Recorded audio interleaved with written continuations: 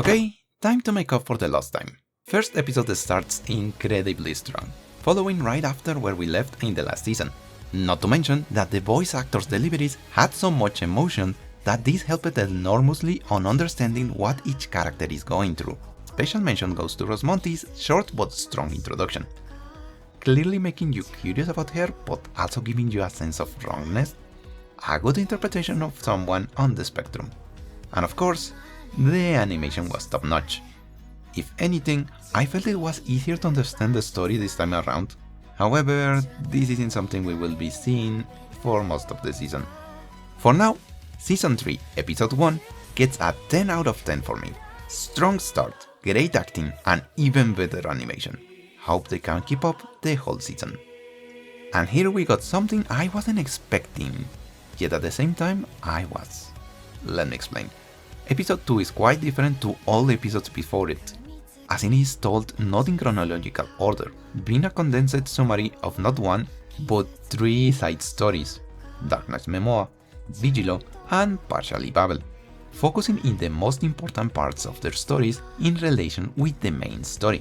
And while it was very well executed, I still felt it a bit rushed, which brings me to my main fear for this season. They are trying to cram too much in a very small season. Don't take me wrong, as I said, it did its work without feeling overpacked. They even managed to show some character interactions with simple glances and expressions. Not to mention, this season will have 8 episodes in total.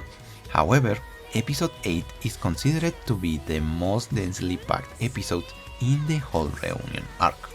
And we already added the aforementioned side stories in a single episode. I hope to be wrong, but I think that from here on, all episodes will be like this one. A constant flux of information and events, expecting the spectator to understand what's going on.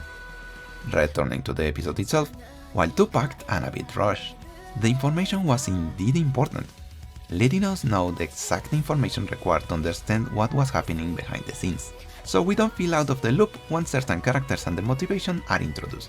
Am I happy with this episode? No. Would I say it was a waste of time? Also, no.